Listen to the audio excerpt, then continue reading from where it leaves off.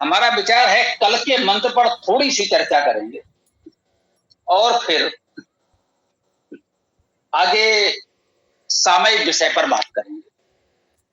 अभी सीताराम जी ने एक विषय रखा है, तो हम उस विषय को समय देते हुए आज पूरे मंत्र की व्याख्या नहीं कर रहे हैं।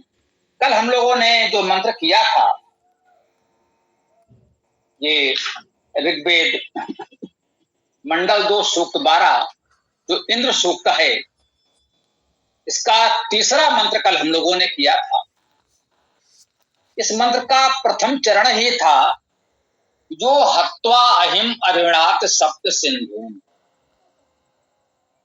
कल भी मेरे मन में विचार आया था इस पर कुछ और बात करने के लिए, कह सकते हैं कि छूट गया, रह गया, समय आदि की भी सीमाएं थी। तो हमारा मन है इस पर थोड़ी सी चर्चा करके फिर हम आज के अपने सामयिक विषय की बात करेंगे। सीताराम जी रखेंगे उस विषय को। तो ओम यो हत्वा अहिमरुणात् सप्त सिंधून् योगा उदाचत यपधा बलस्य यो अस्मनो अन्तः यज्ञं जजान सम्रक् समस्तु सजना स इंद्रः सजना स इंद्रः सजना स इंद्रः। वही इंद्र है। कह रहे हैं पहली बात जो इसमें कही गई थी बस उतने की ही बात हम करेंगे आज। जो हत्वा अहिम, अहि का हनन कर, ये स्पष्ट है। हत्वा अहिम अर्थात अहि का हनन कर, जो अहि अर्थात अहितकर है उसका हनन किया, ये बात स्पष्ट है। आगे है अरिणात सप्त सिंधून, 7 सिंधुओं को अरिणात, अरिण किया। तो इसमें सिंधु और ये अरिण, इन दोनों पदों पर हमें विचार करना है। अरिणात क्रियापद है, इसलिए या तो क्रिया उपसर्ग में हो जाएगा। धातु में कल भी थोड़ी सी बात तो की थी, ये री धातु का अर्थ गति करना, ग्रहण करना, और ऋण धातु का अर्थ शब्द करना, चूर्ण होना, अल्प होना है। तो अरिणात जो कहा, शब्द किया, इसको काव्यानुवाद में कहा गया है स्वर दिया। जिसका काव्यानुवाद किया गया उसमें कहा गया है ओम अहित का हनन स्वर दिया सिंधुओं को, बलों से दबा गान जिसने उठाया, जिन्होंने शिला माध्य में यज्ञ जन्मा, समाधान करता वही इंद्र लोगों। अहित का हनन स्पष्ट है, स्वर दिया सिंधुओं को, क्योंकि ऋण धातु का अर्थ शब्द करना भी है, इसलिए हमने कहा स्वर दिया सिंधुओं को। ऋण धातु का अर्थ और भी है, तो उससे हमने पूर्ण करना या अल्प होना अर्थात खाली करना दोनों अर्थ ग्रहण कर लिए थे। सिंधुओं को पूर्ण किया या अल्प किया, रिक्त किया, ये अर्थ ग्रहण कर सकते हैं। सिंधु क्या है इस पर भी चर्चा करना आवश्यक था। तो आज थोड़ी सी बात इस सिंधु की करेंगे, फिर हम आज के विषय पर आएंगे। सिंधु शब्द क्या है? सिंधून कर्मकारक बहुवचन में आया, अर्थात सिंधुओं को। सिंधु को समझना आवश्यक है कई कारणों से। इसमें एक तो सिद्ध धातु है जिसका अर्थ है सिद्ध होना, पूर्ण होना, जाना अर्थात गति करना, अध्ययन करना, शुभ कार्य करना, इतने अर्थ तो सिद्ध धातु के हैं। एक और धातु इसमें हो सकती है, वो है सी या सी धातु। सी धातु का अर्थ है बांधना, गूंथना, पकड़ना, बंधन कर। तो सी धातु का अर्थ बांधना, गूंथना है, पकड़ना है। जो परस्पर बंधे हैं, परस्पर गुथे हुए हैं, इस तरह एक दूसरे में पकड़े हुए, जकड़े हुए हैं, कि अलग नहीं होते, उनको हम इस सी धातु से व्यक्त करते हैं। वे भी सिंधु होते हैं। और सिद्ध धातु से तो सिद्ध होना, पूर्ण होना, गति करना, अध्ययन करना है ही। तो सिंधु का अर्थ क्या हुआ? गतिशील, अध्ययनशील।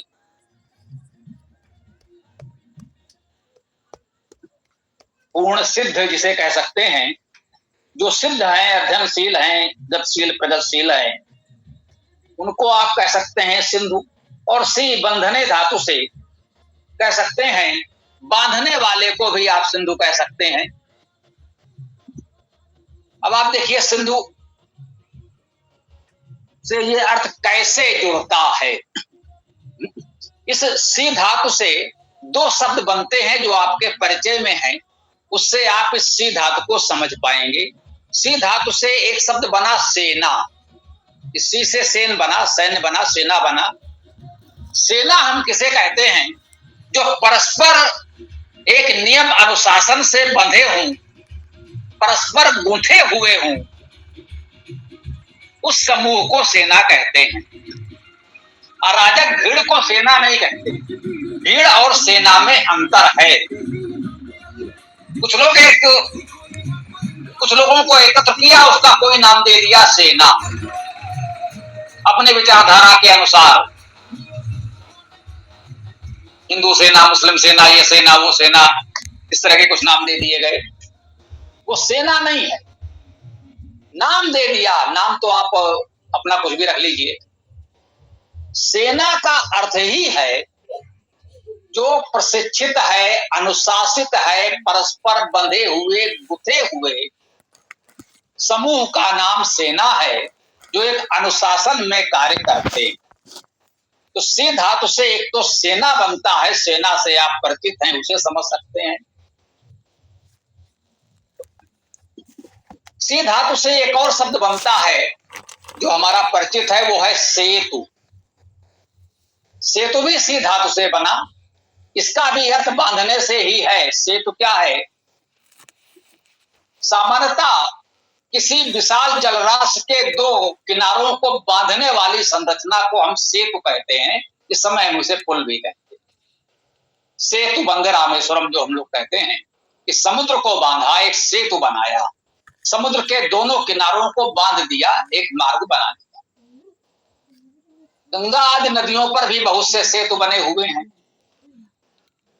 ये सेतु नदी के दो किनारों को बांधते हैं, इसीलिए सेतु कहलाते हैं। सी बंधने धातु। इसी सी धातु से सिंधु शब्द बना।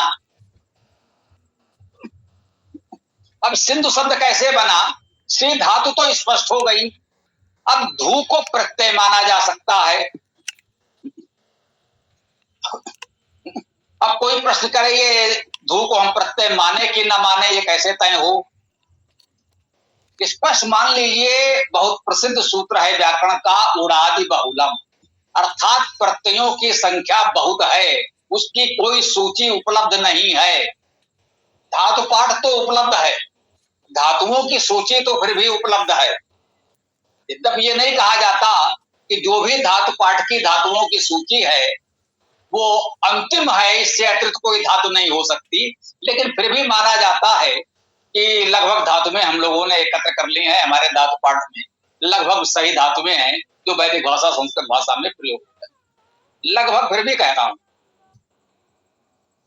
ऐसा किसी विद्वान ने नहीं कहा कि और धातु हो ही नहीं सकती। उसके नियम भी बताए गए हैं। क्रिया रूप जिसका मिल जाए उसे धातु मान लिया जाएगा।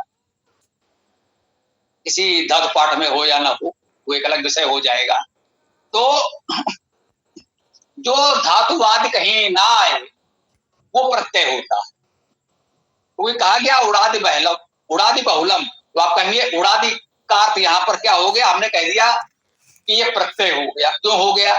जैसे कहते हैं हलंत का अर्थ क्या हुआ? जिसके अंत में व्यंजन हो, हल माने व्यंजन।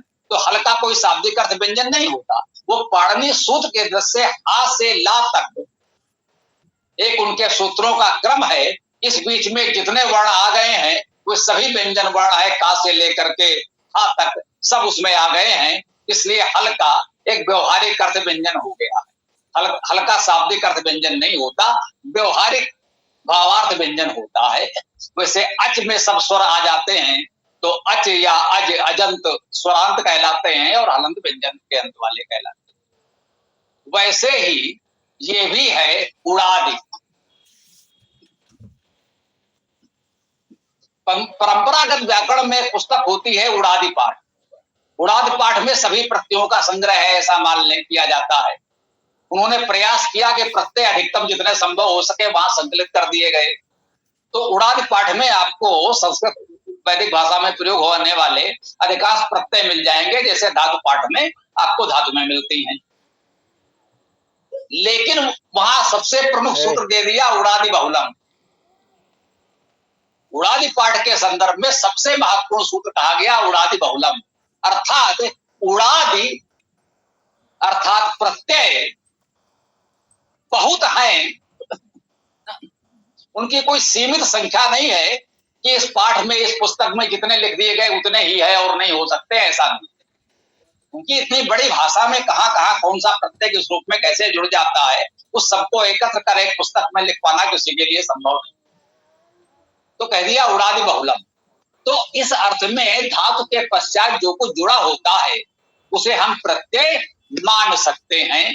यदि अन्य कुछ उसके विषय में जानकारी प्रत्यक्ष आपको न मिले तो आप मान लीजिए कि वो है प्रत्यय। तो यहां सिंधु में धू को प्रत्यय मान लें तो सिंधु का अर्थ हो गया बंधन या बंधनकारी।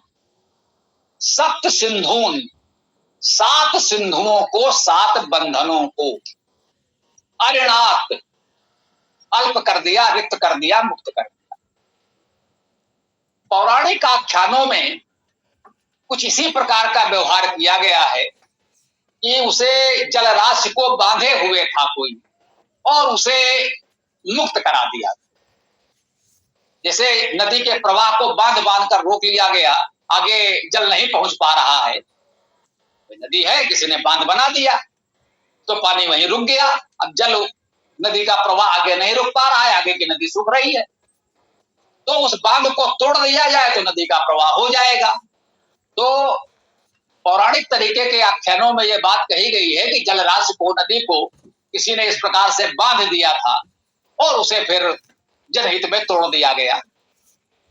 इस वेद मंत्र का संदर्भ कुछ लोग इस ऐसी बातों से जोड़ने का प्रयास करते हैं।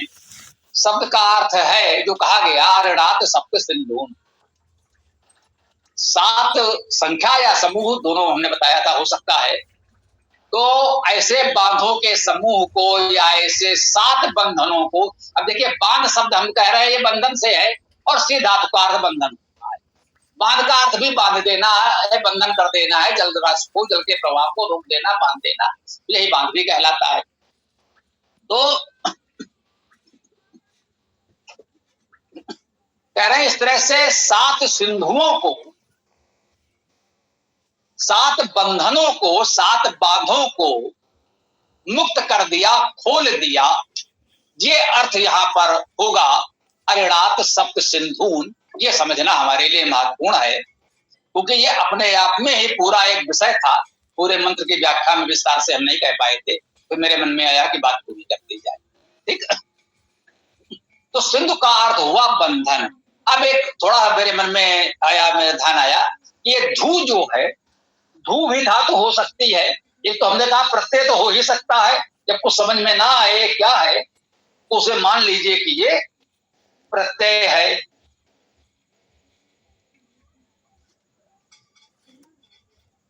और यदि कुछ मिल जाए कहीं तब तो धातु है ही, है ना। धूप विधूनने धातु भी, अब कहेंगे धूप विधूनने, जैसे कहेंगे पठ पठने, चल चलने, मतलब चलने के अर्थ में चल धातु है, पढ़ने के अर्थ में पठ धातु है। वो इस प्रकार से अर्थ करने की परंपरा है संस्कृत में। अब हमारी भाषा में तो नहीं कर सकते थे, ये तो भाषा अब आई, खड़ी बोली जो हम लोग बोल रहे हैं, तो पठ धातु का अर्थ पढ़ना हम लोग कहते हैं। तो धू धातु विधूनने अर्थ में कही गई है, धू विधूनने। भी उपसर्ग हो गया। विधुनने की बात करें तो धुनने के अर्थ में धू धातु का क्या अर्थ हो गया, जिसे आप आज की भाषा में कह सकते हैं धुनना, कंपित करना, यह अर्थ भी किया गया। धू कंपने, धू विधुनने, धुनने में भी कंपन ही किया जाता है, तो कंपन करना, धुनना। सिंधु का ये अर्थ हो सकता है जो बंधनों को धुने, बंधनों को कंपित करे, जो बंधन है उनको कंपा दे, कंपित कर दे, उसको आप सिंधु कह सकते हैं। वो चाहे विशाल नदी है उसे भी सिंधु कहते हैं। विशाल नदियां बहुधा अपने किनारों को तोड़ देती हैं आगे बढ़, जो किनारे उसके बंधन, एक सीमा रेखा आप कह सकते हैं, नदी के ये दो किनारे हैं। लेकिन बड़ी नदियां बहुधा किनारे तोड़कर आगे बढ़ जाती हैं, किनारों को कपा देती हैं, किनारे कट पिट जाते हैं, जिसे आप कहते हैं भूमि कटाव हो रहा है, मिट्टी का कटान हो रहा है, बाढ़ आदि आती है। तो ऐसे विशाल जलराशियों को भी सिंधु कहा जाता है। वो चाहे विशाल नदी हो उसे भी हम सिंधु कहते हैं। अभी सिंधु जल संधि पर बहुत चर्चा हो रही है, समझ सकते हैं, इसलिए भी ये संदर्भित हो गया कि आप इसे समझ सकें कि ऐसी विशाल नदियों को भी सिंधु नाम दिया गया। यद्यपि वेद में यहाँ उस नदी की बात न करें, सप्त सिंधुन कहा जा रहा है, नदियों का समूह कहेंगे या 7 सिंधु नदियां कहेंगे। सिंधु के नाम की तो एक ही नदी है, यदि कहेंगे तो 7 सिंधु नदियां कहां से लाएंगे? सिंधु नाम की नदी है तो आज, लेकिन एक नाम की तो एक ही नदी होगी। उस क्षेत्र में 7 नदियां बहती हैं, बहती थी, ऐसा कहा जाता है, लेकिन सबका नाम सिंधु तो नहीं हो सकता। तो वेद में जैसा हम लोग कहते हैं किसी का नाम नहीं आता, तो सिंधु का अर्थ वो विशाल जलराशि जो किनारों को, बंधनों को तोड़ते चले, तोड़ सके, उसको सिंधु कहते हैं। वो विशाल नदी हो सकती है या समुद्र, उसे भी सिंधु कहते हैं। कि आप देखते हैं समुद्र में जब ज्वार आता है, लहरें बड़ी उठती हैं, तूफान आते हैं, तो किनारों को तोड़ते हुए बहुत आगे बढ़ जाते हैं, इसलिए भी उसे सिंधु कहा गया। कहने का आशय यही है, आज हमने आपको ये बताने का प्रयास किया कि ये सारे शब्द, उनके जो वास्तविक अर्थ हैं वो धातुज ही हैं। धातु के अनुसार ही ये सारे अर्थ ग्रहण किए गए हैं, और धातुज अर्थों के अनुसार बाद में हमने लौकिक वस्तुओं, व्यक्तियों, स्थानों के नाम रख दिए। तो नाम रखते समय धातुज अर्थ को ही ध्यान में रखा गया, उसके अनुसार ही उनके नाम रख दिए गए। तो मुझे लगा था ये सिंधु शब्द पर चर्चा करना थोड़ा आवश्यक है। सिंधु शब्द से जुड़ी हुई एक छोटी सी बात करके हम आज इस चर्चा को विराम देंगे। एक शब्द है सैंधव। कुछ लोग पूरी बात को समझे बिना किसी पुस्तक से एक पंक्ति उन्होंने सुन ली है, सैंधव, कौन सा सैंधव? सैंधव का अर्थ ये भी होता है और ये भी होता है। तो मुझे लगा ये संदर्भ आ गया है, तो सिंधु से इस सैंधव शब्द को भी समझ ले। सैंधव का शाब्दिक अर्थ क्या हुआ? सैंधव का अर्थ हुआ सिंधु से संबंधित। देखिए, सिंधु एक देश प्रदेश का नाम भी है, सिंधु एक नदी का नाम भी है, सिंधु का अर्थ समुद्र भी। तो जो सिंधु से संबंधित है उसे हम सैंधव कहते हैं। ठीक, जैसे यदु से संबंधित यादव, मनु से संबंधित मानव, बुद्ध से संबंधित लोग बौद्ध कहलाते हैं ना, रघुवंशी लोग राघव कहलाते हैं। तो वैसे ही सिंधु के लोग, सिंधु से संबंधित जो भी व्यक्ति, वस्तु, आचार, विचार है उसे सैंधव कहा जाएगा। सैंधव का केवल 1-2 भाव नहीं, देखिए शाब्दिक अर्थ सैंधव का हुआ सिंधु से संबंधित। बस वो सिंधु से संबंधित कुछ भी हो सकता है, उस देश का निवासी वो व्यक्ति है तो उसे हम कहेंगे ये सैंधव व्यक्ति है। वहां से कोई भी वस्तु आएगी उसे हम सैंधव कहेंगे। ठीक है, सिंधु देश से कोई कपड़ा आया है, कहेंगे ये सैंधव वस्त्र है। सिंधु देश से घोड़ा आया है, कहेंगे ये सैंधव घोड़ा है। सिंधु देश से नमक आया है तो इसे हम कहेंगे सैंधव नमक है। इस सैंधव नमक का ही अपभ्रंश है जो आप लोग कहते हैं सेंधा नमक। हम लोग बहुधा प्रयोग करते हैं भाई सेंधा नमक। ये सैंधव का अपभ्रंश है सेंधा। जो सिंधु का नमक है उसे हम सेंधा नमक कहते हैं। ये सेंधा नमक प्राकृतिक रूप से वहां मिलता होगा या वहां के लोग इसको बनाते होंगे मुख्य रूप से, तो उस विशेष प्रकार के नमक को हम सेंधा नमक कहने लगे। तो सैंधव का अर्थ हुआ सिंधु से संबंधित। वो नमक हो, घोड़ा हो, कपड़े हो, बर्तन हो, लोग हो, कुछ भी हो सकता है। कोई आचार विचार परंपरा हो, भाई ये सैंधव परंपरा है। इसे समय हम लोग कहते हैं भाई सिंधियों में ऐसा है। अब इसको आज की भाषा में यूं समझ लें, बात स्पष्ट हो जाएगी। जैसे चाइनीज इस समय बहुत प्रचलित शब्द है चाइनीज।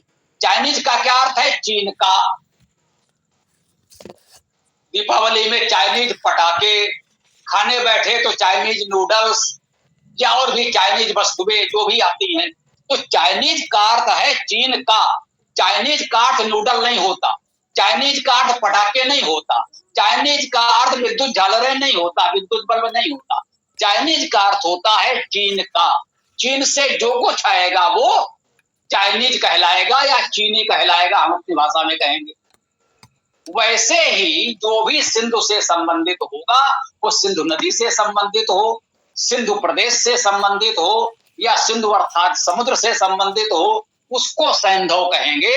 लोग पूरी बात समझे बिना किसी महापुरुष के किसी एक पंक्ति को लेकर चले आते हैं कि भाई सिंधु का अर्थ तो नमक भी है, सिंधु का अर्थ घोड़ा भी है, तो क्या अर्थ लिया जाए? भाई सिंधु का अर्थ है सिंधु से संबंधित। अब भोजन कर रहे हैं तो भाई सैंधव लाना, नमक की बात कर रहा है तो सैंधव सेंधा वाला नमक लाना है, दूसरा नमक नहीं। नमक तो आपको लाना ही है, तो कौन सा नमक? उसने कहा सैंधव नमक। तो यात्रा पर जाना है तो घोड़ा तो आप लाएंगे ही, तो भाई कौन सा घोड़ा? भाई सैंधव घोड़ा लाना, वो ज्यादा ठीक है हमारे लिए, वो हमने घोड़ा तो कहते हैं भाई अरबी घोड़े, काबुल के घोड़े भी बहुत प्रसिद्ध हैं, लेकिन भाई सैंधव घोड़ा उसकी इच्छा है, भाई सैंधव घोड़ा लाना। कोई बड़े लोग हैं उनके यहाँ बहुत से घोड़े होंगे, उस समय घोड़े यातायात के साधन थे, जिस समय कहते हैं उनके घर में इतनी कारें हैं, तो भाई कौन सी कार लाना? भाई ये वाली कार ले आना, आपने अपने चालक से कहा। तो